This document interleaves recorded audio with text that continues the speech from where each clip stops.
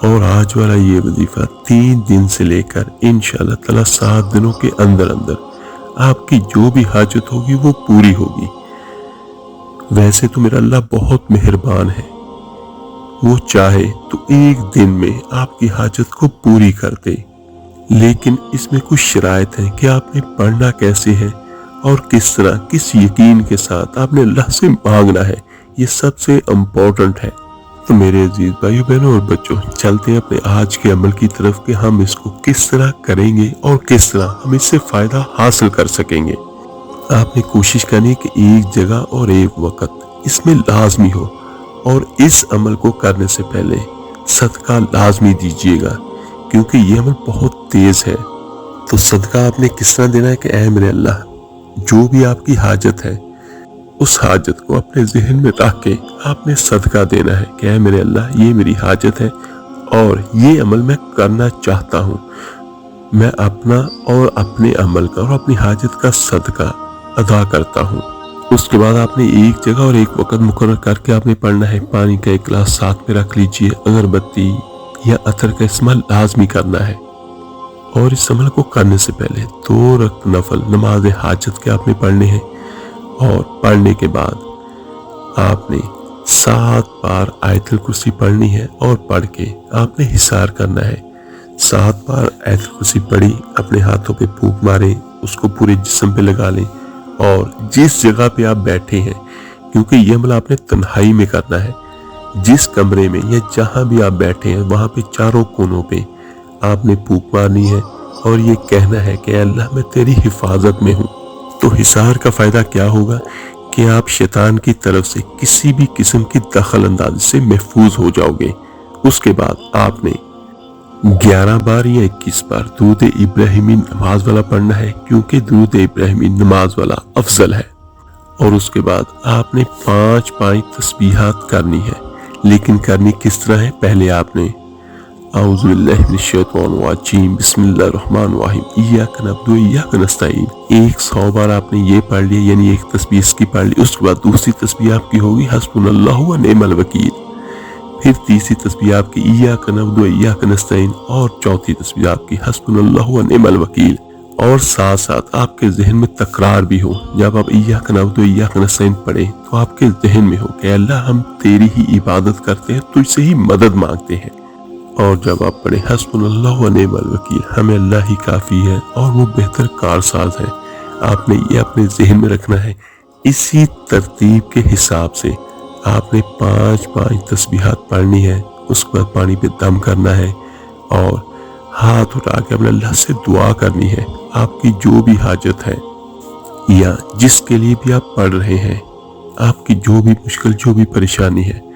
تو یہ اتنا تیز اثر والا وظیفہ ہے کہ انشاءاللہ تعالی آپ کی حاجت 3 دن سے لے کر 7 دنوں تک اللہ کی رحمت سے، اس کے کرم سے حل ہو جائے گی۔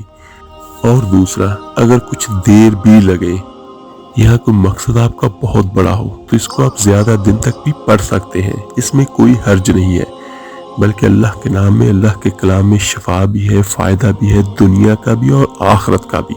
بس اس میں یہ ضرور کرنا ہے کہ حصار لازمی کر لے، صدقہ لازمی دینا ہے، پانی کا گلاس ساتھ میں رکھنا ہے، اور ایک جگہ اور ایک وقت لازمی مقرر کر کے آپ نے کرنا ہے یہ وظیفہ۔ اور دوران وظیفہ کسی سے بولنا نہیں، کسی سے ہم کلام نہیں ہونا، اور جو پڑا ہوا پانی ہے اس کو اپنے سر پر بھی لگائیں، خود بھی پئیں، اپنے گھر میں چھینٹے بھی لگائیں، اس نیت کے ساتھ کہ میرے اللہ کی رحمت ہی رحمت ہو مجھ پر بھی، میرے گھر پر بھی، اور باقی سب مسلمانوں پر بھی۔